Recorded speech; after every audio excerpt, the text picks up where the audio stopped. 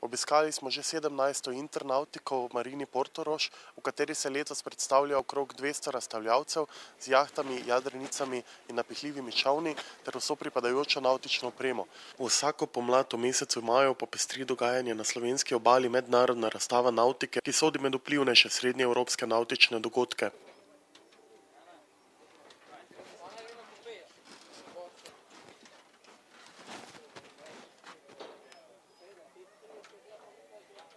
Internautika ima pomemben vpliv na razvoj navtičnega turizma v jadranski regiji in v Sredozemlju, saj pomembno vpliva na trg plovil in navtične opreme.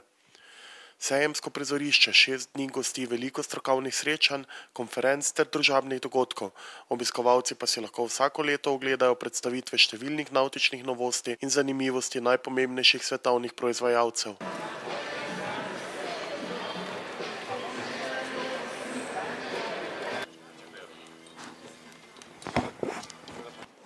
Na internautiki, ki se je danes zaključila, je bilo letos zastopanih okrog 200 razstavljavcev, ki so v skladu s trendi na trgu prikazali predvsem manjša in srednje velika plovila.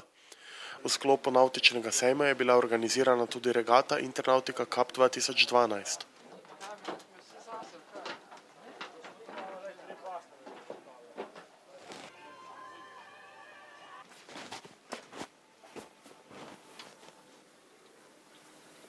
Obiskovalci internautike so na spletni strani www.internautika.net glasovali za najplovilo Internautike 2012, zmagovalce pa so organizatorji razkrili v petek na gala večeru razstavljavcev. Med jadrnicami je prestižni naslov odnesla jadrnica Elan Impression 394, naziv najplovilo Internautike 2012 v kategoriji motornih jaht pa je pripadalo plovilu Greenline 40 podjetja Seaway.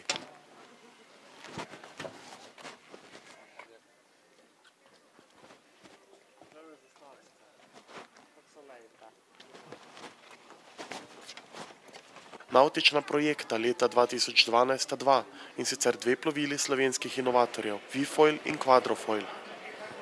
To sta bila hkrati tudi najbolj pričakovana razstavna eksponata, obe plovili pa sta premiero doživeli ravno na letošnji internautiki. Gre za plovilo na električni pogon in hibrid med letalom in plovilom.